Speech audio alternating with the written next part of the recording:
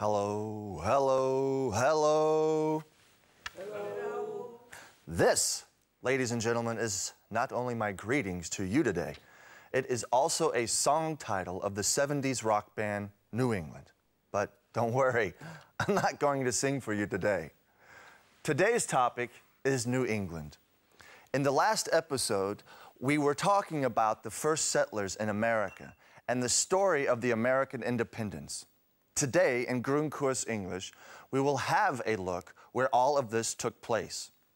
The 6 New England states are Connecticut, Maine, Massachusetts, New Hampshire, Rhode Island, and Vermont, as you can see behind me. They are known for their many historical sites and picturesque little towns, but also for the beautiful beaches and the fantastic seafood. I took a closer look at all this.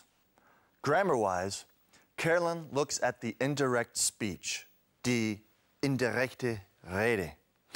And as always, you will meet the cowboy, Mr. Bogart, and Mr. Holmes. Come with me on my sightseeing trip to the coast of Massachusetts and listen to some indirect speech on the way. I decided to drive to Rockport one sunny day, and I ended up getting lost. I had no clue where to go, so I asked a woman on the way for directions. She asked me why I didn't have a GPS system, and I told her I was an old-fashioned person and believed in maps. The next person I asked told me to go straight to the big intersection and take a left, but I didn't believe him, so I got out of my car with my map to ask the way to Rockport. I have a question. Yeah. I asked her if she knew the way, and she asked him if he knew the way because she wasn't from the area. So now I'm asking you if you know the way to Rockport. Yes, I do. You were here. Right? You just go up here, and if you follow this road straight all the way for about 1.5 miles, you come right into Rockport. Okay. It's not very far. Only about 1.5 miles. Okay. Perfect. Well, thank you. You're welcome. Thanks a lot. Have a good time. Thanks. The kind man told me all I had to do was to follow the road straight into Rockport. Many people said Gloucester was a nice harbor town and that I should see what the town had to offer.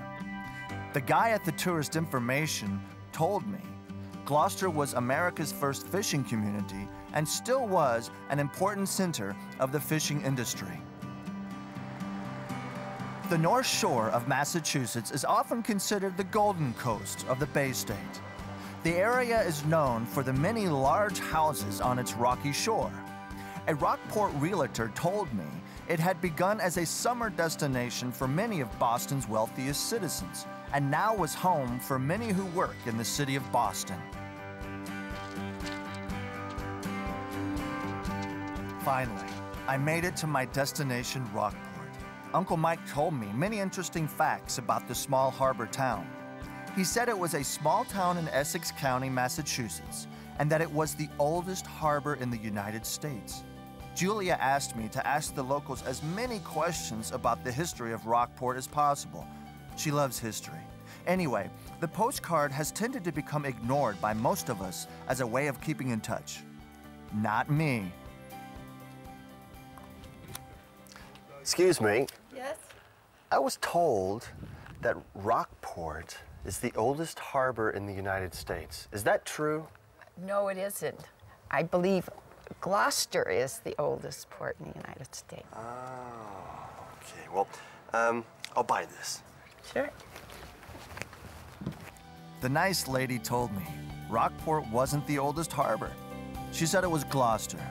Uncle Mike was wrong. Anyway, time to write my postcard.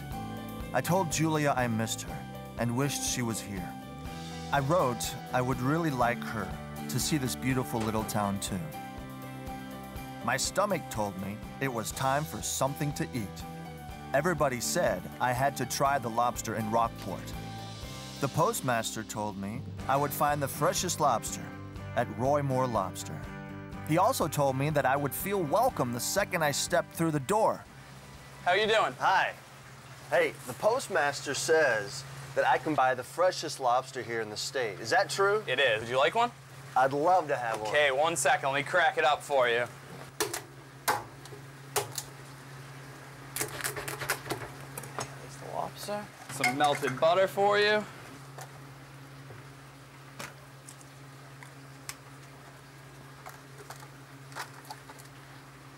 There you go. Okay, thanks a lot. Go on out back. Plenty of paper towels over here. Okay. Have fun. Thank you. You're welcome. Can you believe that lobster was once food for poor people? Now, the profit made from lobster is more than $1 billion annually. Uncle Mike said that Roy Moore lobster was fun, and he was right. You're sitting on lobster traps, and you're not worried about making a mess. They said it was the best lobster on the East Coast, and they were right. That's the end of today's trip. Even without GPS, I found my way around. And as everyone said, Gloucester, Rockport, and eating lobster were all worth the ride. Now you've heard me use indirect speech. So, Klaus, I don't want to be too direct, but please direct the camera. Direct the camera towards Carolyn so she can explain to our viewers indirect speech. Ready? Action. Danke, Eric. Eric sagte, ich solle die indirekte Rede erklären. Und da sind wir schon mittendrin. In der indirekten Rede wird berichtet, wovon jemand gesprochen hat, ohne den genauen Wortlaut wiederzugeben. Im Deutschen verwendet man dafür den Konjunktiv. Im Englischen macht man das über die Verschiebung der Zeitebenen, den sogenannten Tense Shift. Wir schauen uns mal ein Beispiel an. They told me it was. Der Satz könnte in der direkten Rede so ausgesehen haben. They told me, Doppelpunkt, Anführungszeichen, it is. Es geht übrigens darum, ob Rockport nun der älteste Hafen der USA ist oder nicht. Sie sehen, die Zeitebene hat sich verschoben von is, present, zu was, past simple. Der hinführende Satz bleibt gleich. Hier ist das they told me. Tense Shift geht nur, wenn dieser hinführende Satz in einer der Vergangenheitsformen steht. Schauen wir uns mal ein paar Tense Shifts an.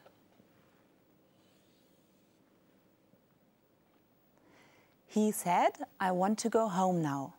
Der Satz steht in der direkten Rede im Präsens, in der indirekten Rede dann in der Vergangenheit. He said he wanted to go home then. Present wird zu past simple.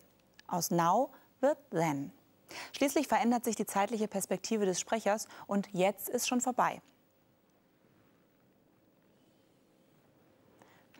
I have wanted to go home. Direkte Rede, present perfect. Wo haben wir es? Have wanted. Und indirekte Rede, past perfect. Had wanted. Haha, da haben wir noch was Schönes drin. Und zwar this und that. Warum wird this zu that? Aus Folge 2 wissen wir, dass this und that je nach Entfernung des Sprechers verwendet werden. In der indirekten Rede wird daher aus this that. Aus these wird those und aus here wird there. Nächste Grafik, schauen wir mal rein. I wanted to go home yesterday. Wir erinnern uns, yesterday ist eines der Signalwörter für das Past Simple. Einmalige Handlung in der Vergangenheit. Past Simple in der direkten Rede, dementsprechend Past Perfect in der indirekten Rede. Und yesterday wird zu the day before oder the previous day. Denn yesterday könnte zum Zeitpunkt der Erzählung ja auch schon länger her sein. Ich brauche wohl nicht ausdrücklich zu erwähnen, dass beim Past Perfect in der direkten Rede kein Tense Shift mehr möglich ist. So, jetzt fehlt nur noch die Zukunft. Was passiert bei den Future Tenses? I will go home tomorrow. Aus Future Simple wird Konditional 1. Aus will wird also would. He said he would go home the following day. Und noch ein letztes Beispiel dazu. Aus dem Future Perfect wird das Konditional 2. Will have gone wird would have gone. Mit dem Konditional beschäftigen wir uns dann in den nächsten Folgen noch ausführlicher. Aber jetzt lauschen wir erstmal wieder Erics Ausführungen. Zu welchem Thema, Eric? Carolyn, take a guess. America. I already told you about the New England states and their beautiful landscapes. Now you have a chance to get some more information. Our Into the English World with USA Part 3, New England. The United States of America extend over an area of almost 10 million square kilometers. More than 300 million people live here. The Massachusetts coast, north and south of the capital Boston, forms a vast, beautiful bay. New England at its best. That is why from Cape Ann in the north to Cape Cod in the south, political and industrial dynasties have built their extravagant villas. The Kennedys are here, and East Coast city folk spend the summer here. And despite the cool Atlantic, the region is known as a bathing resort. But New England, and especially Massachusetts, are rich in history. The region around the small coastal town of Gloucester is known as the cradle of the North American nation. Gloucester, the oldest port in North America, was founded only 3 years after the landing of the Mayflower in 1620. The coast, as lovely as it is also dangerous. In October 1991, the storm of the century swept across the Atlantic, destroying half the coastline. Film director Wolfgang Petersen's Hollywood success, The Storm, was based on it. Today, there's no longer any sign of it. On the contrary, the picturesque villages dotted around Boston seem almost to have been rebuilt. Especially Rockport attracts day trippers from Boston and tourists from all over the world.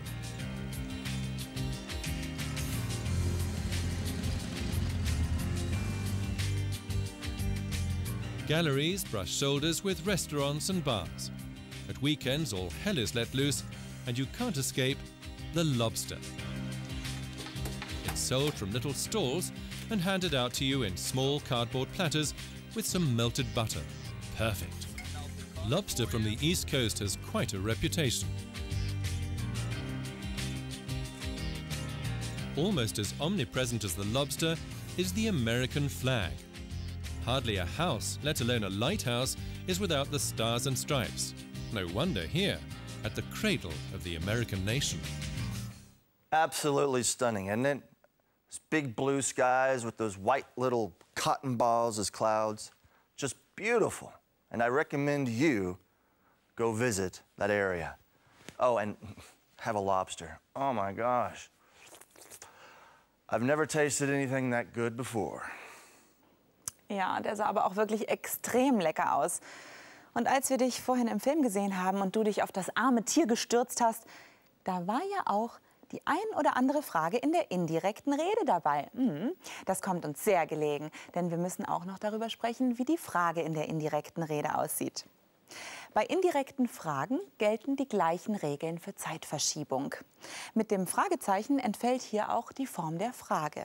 Der Fragesatz wird in einen normalen Aussagesatz umgewandelt. Ein vorhandenes Fragewort, zum Beispiel why oder where, bleibt einfach. Ein Beispiel aus Erics Erzählung. She asked me why I didn't have a GPS. Gibt es kein Fragewort, wird wie im Deutschen mit ob gearbeitet. I asked her if she knew the way. Im Englischen ist das dann if oder whether. I asked her if she knew the way. Mehr dazu im Buch und auf unserer Internetseite. Da steht zum Beispiel auch noch, wie Aufforderungen, Bitten und Befehle indirekt wiedergegeben werden. Eric asked me to finish now. Das ist übrigens eine indirekt wiedergegebene Aufforderung. Okay, Eric, weil du so nett gefragt hast. Actually, Carolyn, I did not say that. I would not dare asking you to stop your grammar program. Well, sometimes. But anyway, let's get on with our program. Our cowboy comes to the rescue in a very serious matter today. The words which are used might seem the same, but it does make a big difference if you confuse the two. See for yourself.